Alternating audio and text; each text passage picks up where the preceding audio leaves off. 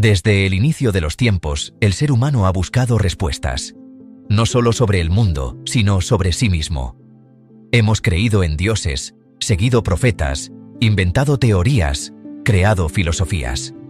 Pero al final, todas las formas de pensamiento, religiosas, filosóficas o científicas, intentan responder a la misma pregunta: ¿cómo vivir bien en un mundo que no siempre tiene sentido? Algunos buscan consuelo, otros comprensión, y entre esos dos polos, entre pensar y creer, se mueven casi todas nuestras decisiones.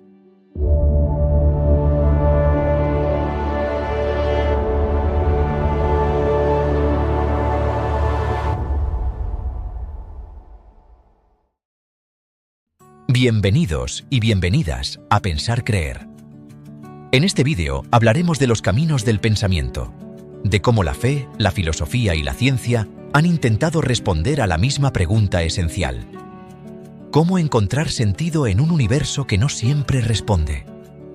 Si alguna vez sentiste que creer no era suficiente o que pensar demasiado te alejaba de algo sagrado, este viaje es para ti, porque entre el creer y el pensar, aún hay mucho por descubrir. Durante siglos, la fe fue el faro, no solo para entender el universo, sino para sobrevivir a la incertidumbre. En un mundo donde la ciencia no existía y el miedo reinaba, creer era sinónimo de esperanza. Las religiones ofrecían sentido, orden y propósito. Prometían justicia más allá de la injusticia, vida más allá de la muerte. Pero toda certeza tiene su precio. Cuando creer se convierte en obedecer, el pensamiento se detiene. El creyente deja de preguntarse por qué y se limita a preguntar qué debo hacer. La fe puede ser refugio, pero también jaula. Y sin embargo, renunciar por completo a ella deja un vacío difícil de llenar. La fe de hoy ya no es la de antes. Ya no se predica solo en templos, sino en pantallas, en redes, en frases que prometen sentido instantáneo. Vivimos rodeados de nuevas formas de creer. Creer en la suerte, en los algoritmos, en los gurús del bienestar o en la idea de que todo pasa por algo. Pero no toda fe libera. Algunas solo cambian de disfraz. Cambian los nombres, pero no el mecanismo. Seguimos buscando certezas que nos ahorren pensar. La verdadera fe, si existe, no exige obediencia, sino comprensión. No pide cerrar los ojos, sino abrirlos. Y tal vez, el reto actual no sea creer más, sino creer mejor. Después de la fe vino la duda. Y la duda, lejos de destruir la verdad, la fortaleció. El escepticismo no es negar por negar, es aprender a desconfiar del primer pensamiento que nos tranquiliza. El escéptico no necesita destruir templos, porque sabe que la creencia más peligrosa no vive en los dioses, sino en la mente que deja de cuestionar. En tiempos de ruido y manipulación, dudar es un acto de higiene mental. Dudar no significa no creer en nada, sino tener el coraje de no creer en todo, y esa diferencia cambia la vida.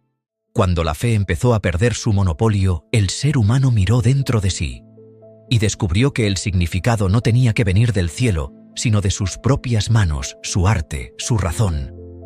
El humanismo dijo: el hombre es la medida de todas las cosas. Y con ello, la responsabilidad dejó de ser divina.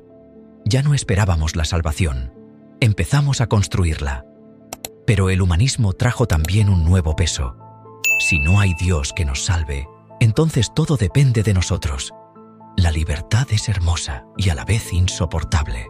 Mientras el mundo moderno se volvía ruidoso y frenético, una vieja escuela de pensamiento volvió a resonar: el estoicismo.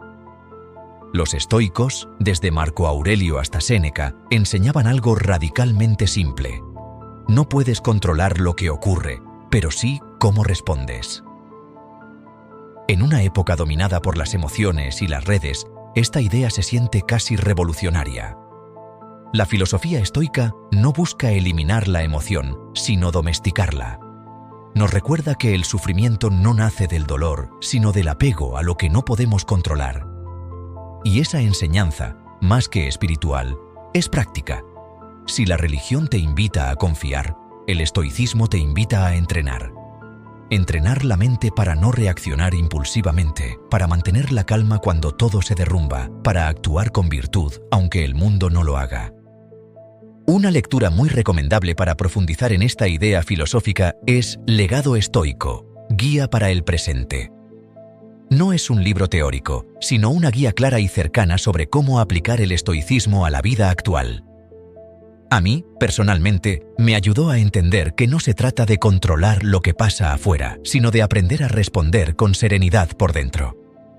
En sus páginas encontrarás reflexiones prácticas, ejemplos cotidianos y un enfoque muy humano sobre cómo mantener la calma cuando todo parece incierto. Si te interesa, dejo el enlace en la descripción. Cuando todo afuera se vuelve ruido, el único lugar sagrado que nos queda está dentro. La conciencia no es un don divino, es una tarea humana. Es el espacio donde las preguntas se encuentran antes de volverse palabras. Ahí no hay dogmas ni altares, solo silencio. Y en ese silencio, la mente se observa a sí misma. Las religiones hablaron de almas, los filósofos de razón y los científicos de mente. Pero quizá todos se referían al mismo misterio, esa chispa invisible que nos hace mirar el cielo y preguntarnos por qué existimos. Buscar afuera es fácil, buscar dentro es revolucionario. El siglo XX trajo una nueva crisis. El ser humano había matado a Dios, pero aún no sabía qué hacer con su libertad. Sartre, Camus, Kierkegaard hablaron del absurdo de vivir sin un propósito impuesto. La angustia, dijeron, no es un error, es el precio de ser libres. Y aunque el existencialismo suene oscuro, encierra un mensaje profundamente humano. Si la vida no tiene sentido, entonces somos libres para crearlo. Cada elección es una declaración metafísica. Cada acción, un acto de fe, pero en nosotros mismos. Mientras tanto, la ciencia aprendió a mirar sin fe. No busca consuelo, busca comprensión. La religión promete certezas. La ciencia se alimenta de dudas. Pero incluso la ciencia necesita humildad. Cada teoría es una verdad provisional. Cada experimento, una pregunta abierta. El científico y el filósofo tienen más en común de lo que parece. Ambos dudan, ambos buscan, ambos aceptan no saber. Hoy, el enemigo ya no es la ignorancia, sino la saturación. Vivimos rodeados de información, pero hambrientos de comprensión. En este mundo hiperconectado, pensar críticamente es un acto de resistencia. No se trata de destruir la fe, sino de usar la razón como brújula. Ni la religión, ni la ciencia, ni la filosofía tienen todas las respuestas, pero entre todas construyen el mapa de lo que somos. Gracias por llegar hasta aquí. Por dedicar unos minutos a pensar, a cuestionar y a mirar el mundo con otros ojos. Creer nos reconforta, pensar nos despierta. Y cuando aprendemos a hacer ambas cosas sin miedo, nace algo parecido a la sabiduría. Si algo de lo que has escuchado te ha hecho reflexionar, te invito a seguir acompañándonos en este camino y te leo en los comentarios.